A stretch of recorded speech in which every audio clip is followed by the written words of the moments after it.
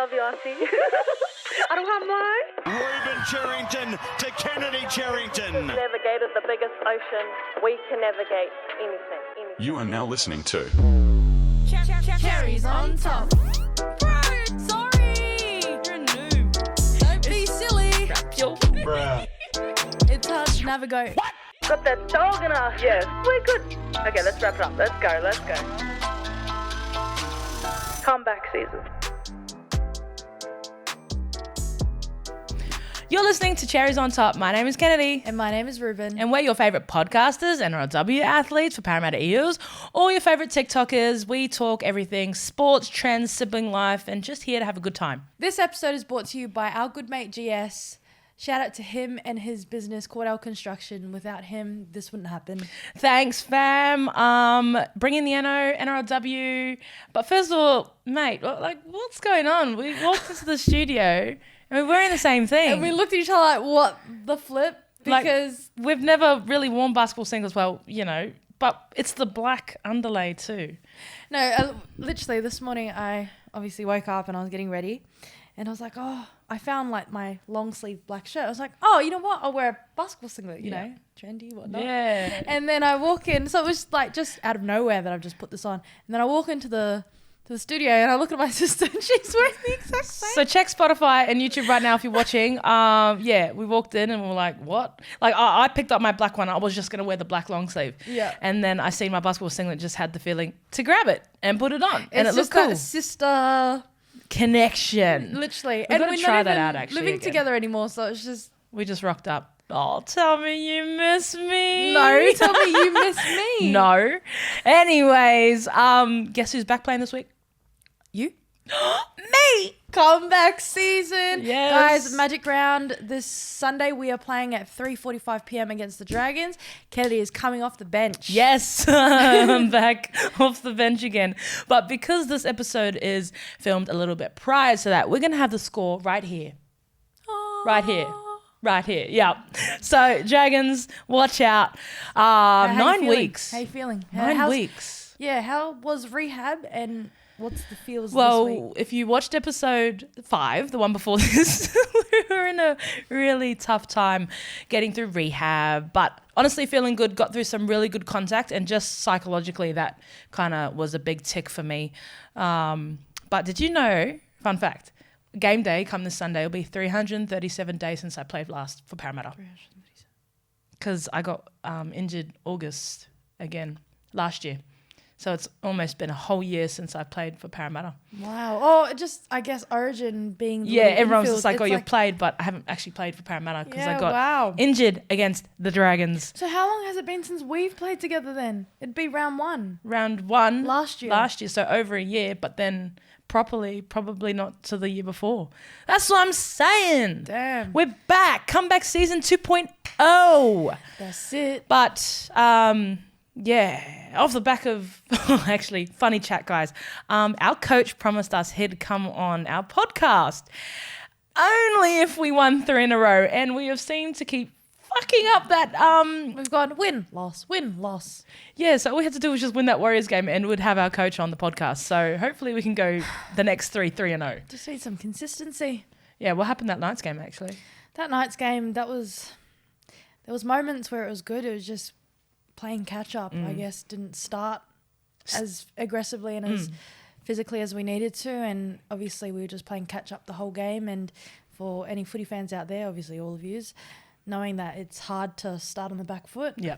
But statistically we were better. Yeah, very make that so. make sense. But that just goes to show that statistics don't always paint the picture. Exactly. But usually, probably 85% of the time, don't quote me, if the statistics are in your favour, you generally win the game. But crazy that we were on the losing end, 30-6. I know. That first half was like good in a way because we didn't let them run away with the score, but then the second half, that's when points were conceded against us. Yeah, so. moments of switching off for like 2 seconds. 2 seconds, not even that, like just... it's crazy that rugby league is literally a game built off momentum. Anything can change the game like that. Yeah. Knights are a classy side as well. Like, I've always been a fan of how they are just so smart. Maybe not the best talented players, or besides, Yazzie Clydesdale, Jesse Southwell, amazing players. But they've just got a really good team that when they come together, they all know their role. It's And really I guess simple. they've had that connection For a since very long 2022. time. Yeah. When they beat props us in to the grand them. final. Actually, quick check-in. Like, obviously, this is a bit of the quick check-in, but funny story. I presented at Kahu's school yesterday. Oh, wow. So shout out to Endeavour Sports High School. How did that go? Yeah, it was good. It was just an all-girls chat. So with the Minerva Network. It's like an all-female networking, career businesses, all these ladies coming together to kind of mentor each other with athletes. Really, really cool initiative. And I was presenting to like 200 girls in year 10, 11, 12 at ESHS. Oh, wow. But, okay, funny story. One of the girls, I sit down, right? Why? What I happened? sit down, they were going to introduce me for a Q&A. And she's like, oh, you're co-sister, eh? And I was like, yes, that's my baby. And she's like, oh, he's so fine. Ooh. When I was like, girl, No, the confidence is... Oh, I was this like, cringes me. she's like, I'm just confident. I was like, I love it. I love your confidence, but what do you want me to say? And all the girls around her were roasting her. They're like, you don't say that. And then as I was walking down the corridors, they're like, oh, Ko's so fine. Ko's so cute. Oh, my God, this Ko's sister. And I'm like, Ko shows no interest to them at all. no, actually, you know what the bro said to me? What? What was her name? Crazy Ko. And I'm like, where did this... One day you're a baby Little and then baby the next... You're a 16-year-old noob. 15, turning Well, he's 16. 16 soon. He told me. He corrected me. But I Well, just he thought... better get his L's soon. yeah, and then... Better get a job soon. Yeah, but I just thought, like, what response do they want from me? What response do they want when Like- someone compliments your sibling? You're meant to be like, yeah. No, that's so weird. I'm just like, thanks. You want to be his girlfriend? No. But I just... Okay. It threw me off. Yeah. It threw me so off. And I was about to get up and present. Was and it then... making you burn inside? Yeah, and I was like, and then there was a Q&A bit where all the girls put up their hands and I was just like, yep, questions about rugby league, opportunities, and nothing about my brother, please. And then some hands went down. And I didn't throw him under the bus because, he already gets enough Bro's slack. just like nonchalant, like, Yeah. Should we show the TikTok? which one? The one we did? Nah. Check my recent TikTok with my brother. He's yes. so funny. Actually, I did see that one. Yeah, he's hilarious. All right, so there's another debate in the rugby league world, Ruben. So cherry pick moment for the week. Thought I'd bring it to the table. And we were kind of speaking about it earlier because it does play a part with my situation and your situation as NRLW athletes.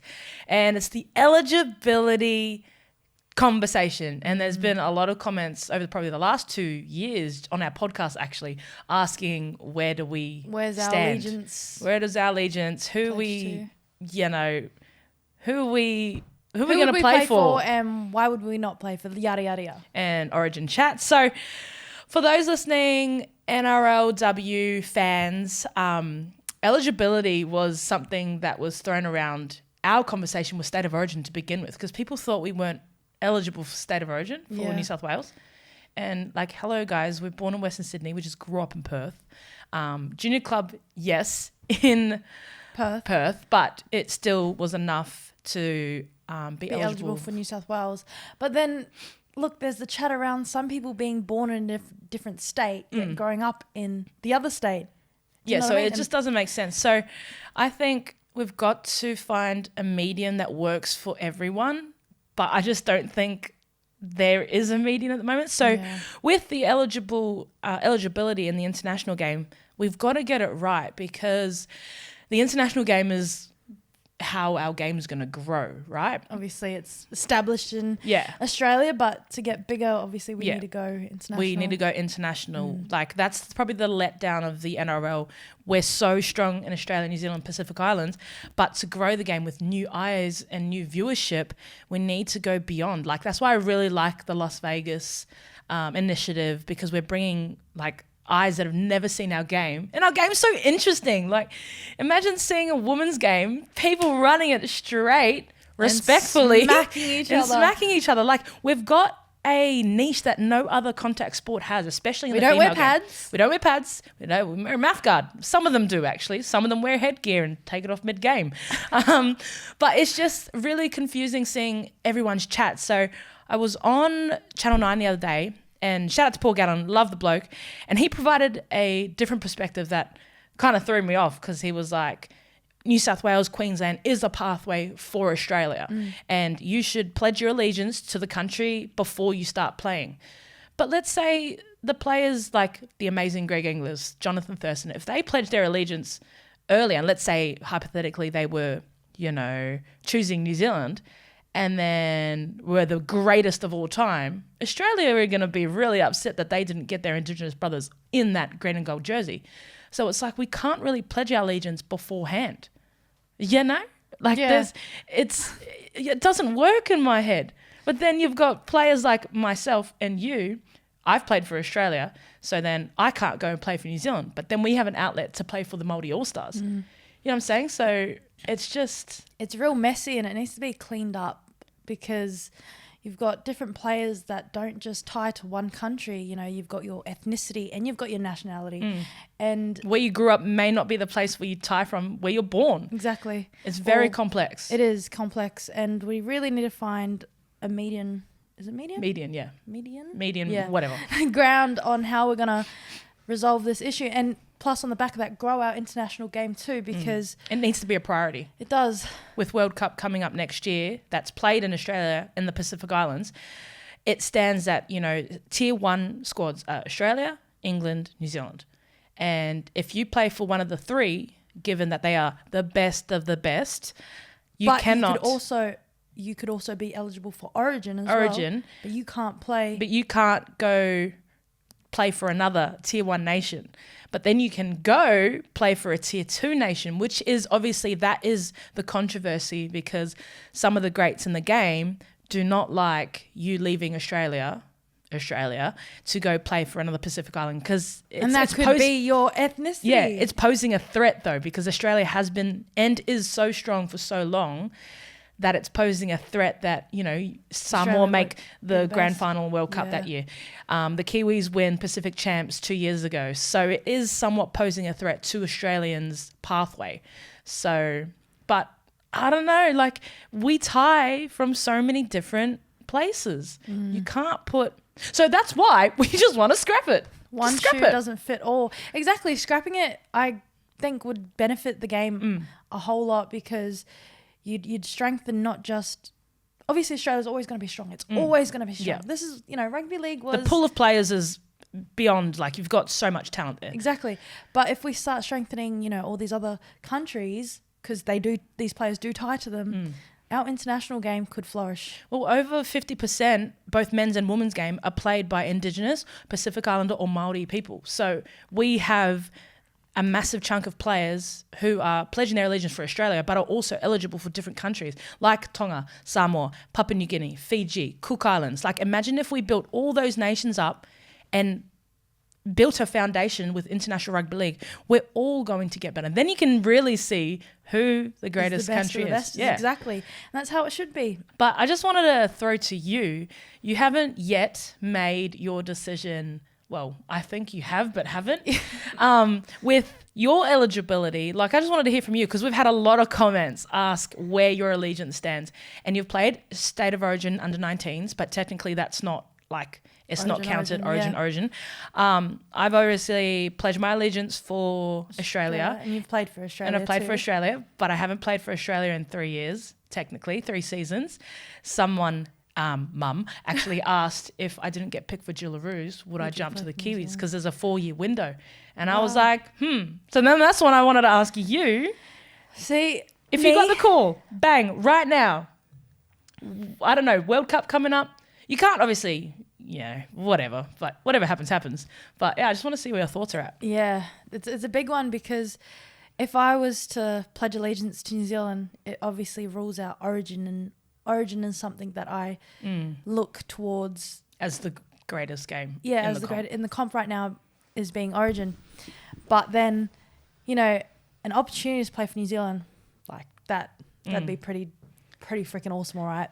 I think they'd Even be though- pretty stupid not to give you a call though, because you're one of the best hookers. If you look at the other hookers in the comp, they're all just pledge their allegiance for Australia. Like they're only eligible for Australia. I think you're like the dark horse that is the Swaying. either. And obviously, you know, going on a little bit of our cultural journey at the start of the year, like It's made you. it's made me like really think, like, even though it's New Zealand, you know, the Pākehā term, Yeah. but And we have an outlet to play for our Māori people in All and Stars. that's Yeah. another good point too. Like I'm just really, really glad that I've represented, you know, our Māori people on the stage of Māori All Stars. But I don't know, you're putting me on the spot here. I don't know. I just want to give the people what they want, you know, they wanted to hear it from the person herself. But see, let's say, hypothetically, guys, we're not pledging allegiance right here with a signed contract. Let's say tears are out the door.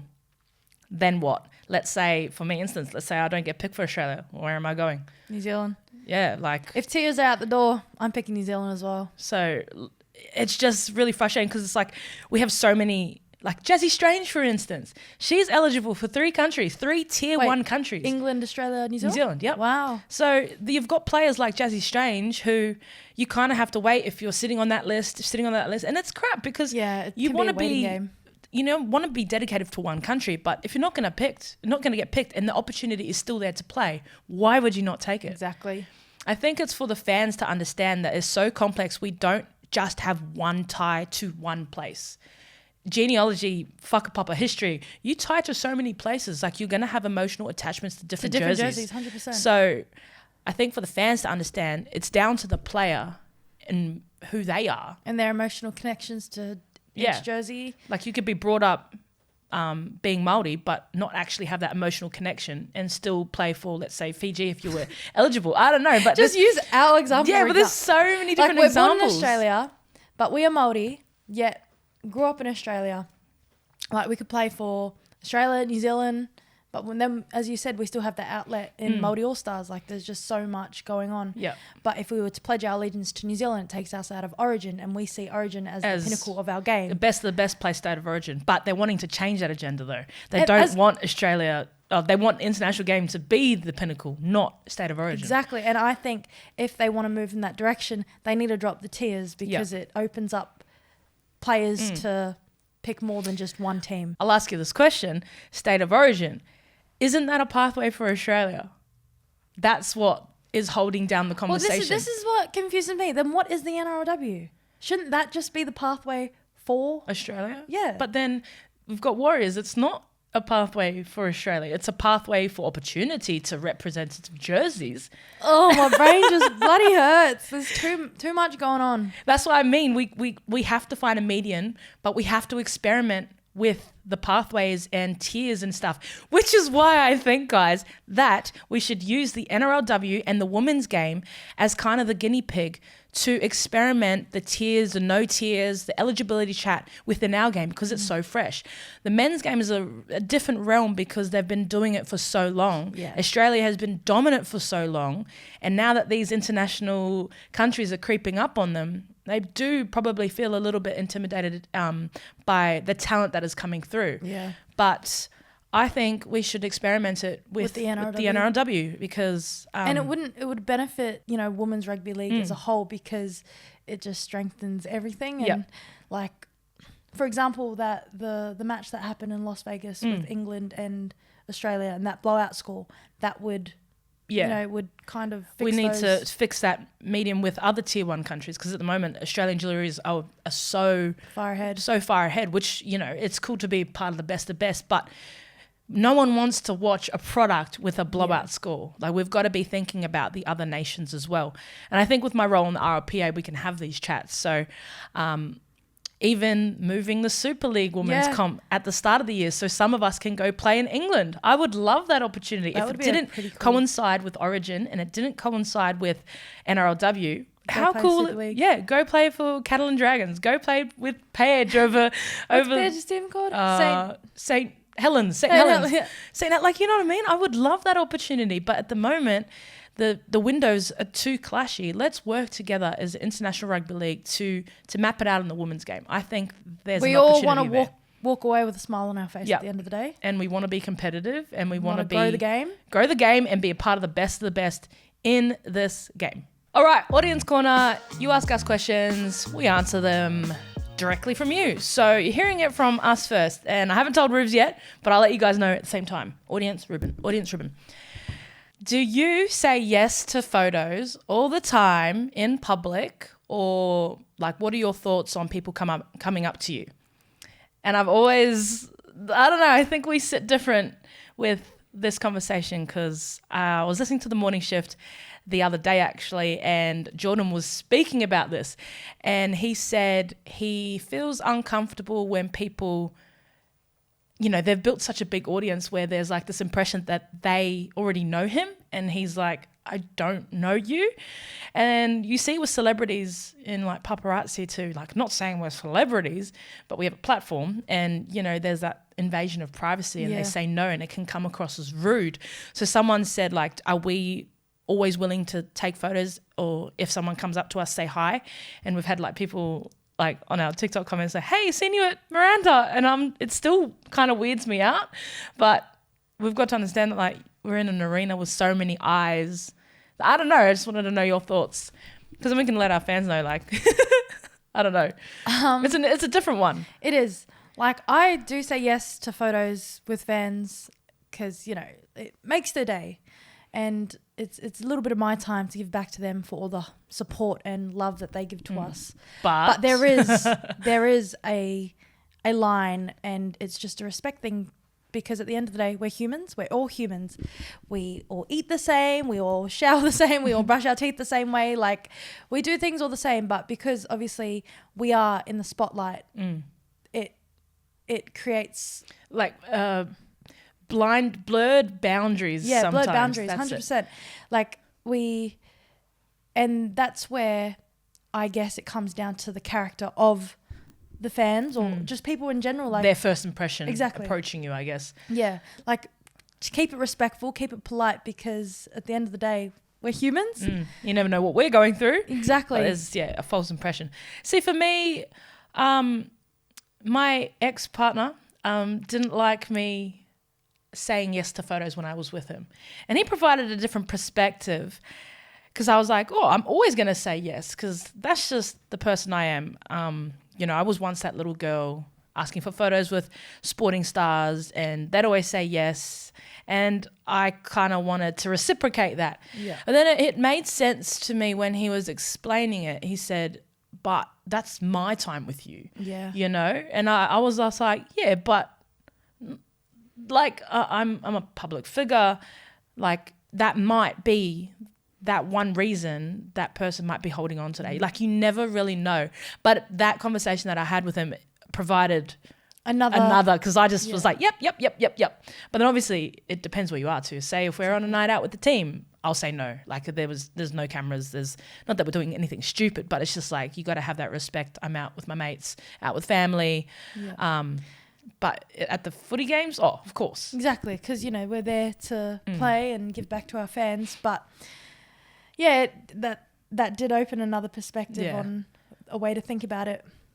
Because even my boyfriend, he was saying to me that I shouldn't always say yes to everyone, because some people's intentions behind, you know, the first interaction they're not the hardcore like fans. You don't know them. Yeah, exactly. You don't owe them anything really. Exactly. Like, and we were talking about, like, you know, big people such as like Isho Speed and Kai Cenat. Yeah. Like, because they can use you for clout. You know what I mean? And it's just like, that's your face, that's your brand. And people are just looking for cheap laughs these days, I feel. So that's also another... Their intentions behind the photo or the interaction. Like, you look at the Paul Gallen fight, I seen one of my mates posted on stories a reel, and he asked Paul Gallen for a photo, and they like smile, and then they started talking shit like, smile if you're... Like baiting him. Yeah, baiting him. And I was just like, the bro's just won the biggest fight probably in his career. Said yes to a photo with you, and then you're going to go disrespect them. Yeah, and that's what I mean. Like, people, it comes down to their character, the morals that they bring, and it's for a few likes. Exactly. and it's all like you had one shot to meet Paul Gallen, and that's Yeah. how you treat them. You treat the reaction. That's why I just wanted to ask, like, if the first impression is polite, respectful, like I wouldn't ask you for a photo or something for you to do without manners. Like I think we've kind of come away from the basic manners, like hello, my name is, remember that experience we had at Tamatini with that young girl? Yes, that was the best. Excuse me, Fire. Yeah, excuse me, Fire. She popped in between us, watching, having a feed, one of the ropus that were performing, and she just was like, Excuse so me, sweet. Fire. Is this you guys? Is this you guys? And she showed us our photo of us on our cherries on top. And then we were like, yeah, that's us. And she's just like, can I please get a photo? It was so cute. Just threw us off guard because we've had some pretty shitty interactions with some fans, and they've It's either expected. it's expected. There's no manners. They're disrespectful, and it's just I like get the photo and gap. And I'm Yeah. like, oh, so you didn't want a conversation? Like, or hey, there's how no, are you? Yeah, there's none of that, and it's just like, but you can tell someone's character literally when you're speaking to them on, the kind of vibe they're giving off and how they're From the stepping get-go. towards from the Yeah. get-go. And it depends if they're using their manners or like just, the way their tone, all that stuff. So I think for the listeners listening or watching, if you're going to approach someone that has a public Figure. is a public figure or celebrity or a sporting star, just remember your approach is so vital to your experience with them. And if you're making silly if you're in it from decisions, for the wrong reasons, Yeah. like, it just goes to show. we can pick up the vibe, and we'll probably say no. So I've never said no to someone, so who knows?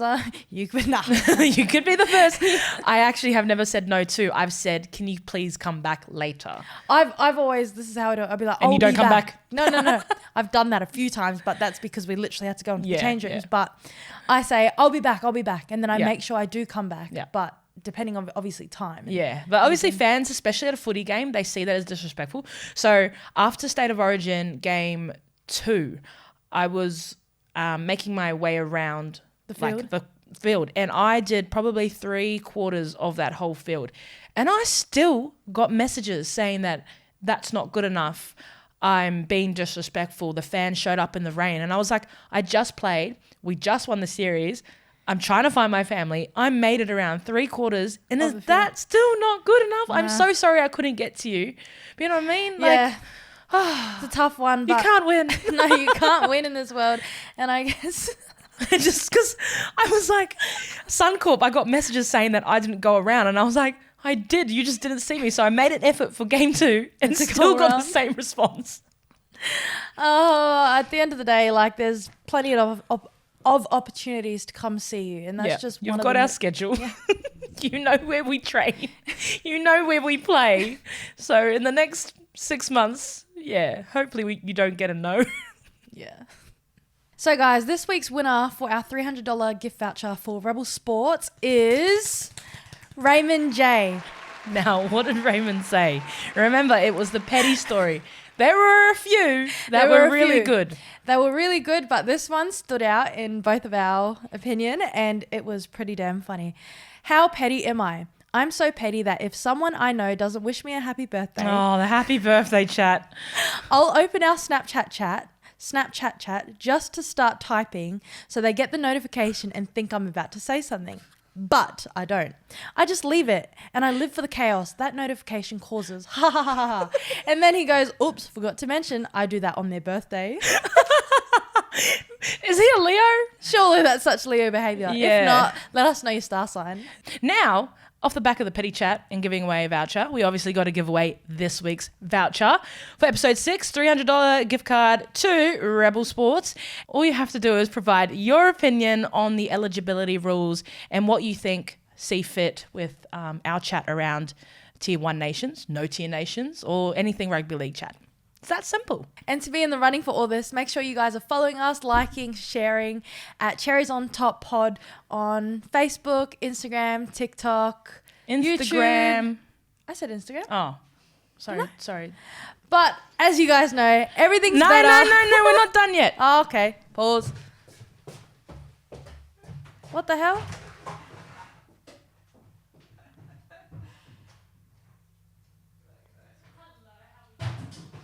What the heck is happening? Is this just like a freaking... Where did my duo go, Kennedy? Guys, I don't know what's happening. I'm meant to end the episode. Oh, I got a cupcake. Somebody's birthday next week. It's in 6 days, guys. It's Yeah. somebody's birthday this week. Oh, this week. Whose? It's somebody's birthday. August the 6th when the episode drops. Oh, yeah, it's mine. I turned 22. I'm getting old. Happy birthday to me. Happy birthday to me. Happy birthday, dear Ruru. Happy birthday to you. Hip hip hooray! Hip hip hooray! Hip hip. It's my birthday. Why am I saying hooray? There you Yay, go. Fellow thank Leo, you. fellow Leo. Now remember, guys, everything's better with a cherry cherry on on top. I don't have mine. Rueben Cherrington to Kennedy Cherrington. Navigated the biggest ocean we can navigate.